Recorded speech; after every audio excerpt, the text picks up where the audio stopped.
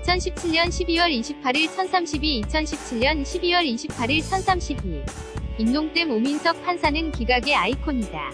모든 구속 영장을 방어하기 위해 마치 특명이라도 받은 듯한 그의 판결에 국민은 분노하고 있다. 우병우의 첫 번째 구속을 막은 자가 바로 오민석 판사다. 만약 우병우가 다시 오민석을 만났다면 물론 현실적으로 구속과 구속적 구심 판결은 다르니 구속적 구심이 받아들여졌을 것이다. 모 판사의 영장 기각 사안들을 보면 큰 그림이 그려진다. 지난 2월 22일 우병우에 대한 첫 번째 구속영장 청구를 기각한 인물이 바로 오민석 판사다. 현재는 구속되어 있는 우병우가 이보다 빨리 구속되어 수사를 받을 수도 있었다는 의미다. 거의 1년 동안 방치된 우병우로 인해 국정농단 수사 역시 늦춰질 수밖에 없었다. 지난 9월에는 국가정보원의 댓글 조작 사건에 연루된 국정원 퇴직자 모임 전 현직 간부들의 구속영장도 기각했다. 여기에 지난 10월 국가정보원과 공모의 관제 시위에 나선 혐의를 받는 추선희 전 어버이연합 사무총장의 구속영장도 기각했다. 국정농단과 관련한 주요 범죄자들에 대해 모두 구속을 기각한 인물이다.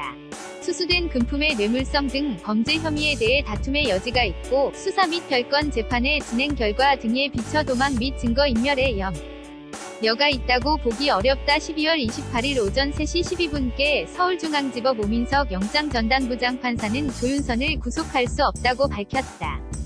이 내용은 아이러니하게도 우병우가 구속적 구심에 자신이 풀려나야만 하는 이유로 쓴 내용과 동일하다.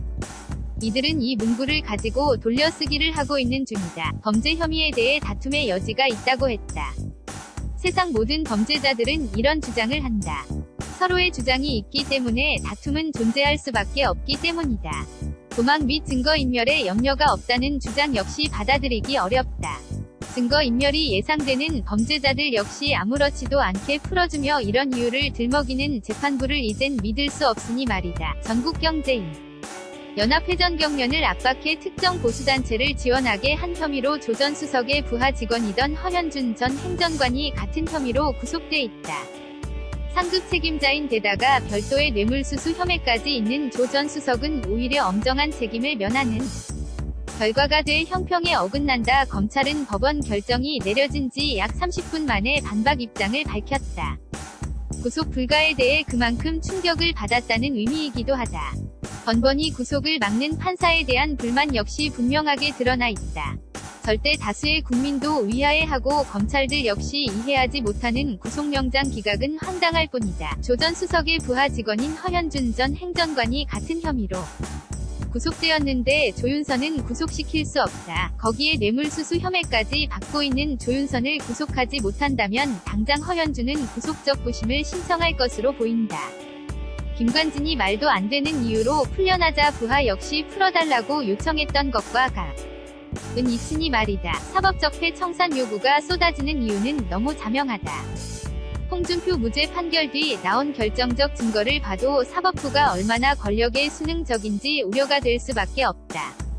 조윤선은 오민석 판사를 만나며 쾌재를 불렀을 듯하다. 이미 자신을 풀어줄 것이라 는 확신 때문에 말이다. 글이 마음에 들면 공감 눌러주세요. 포스티드 바이 조각창.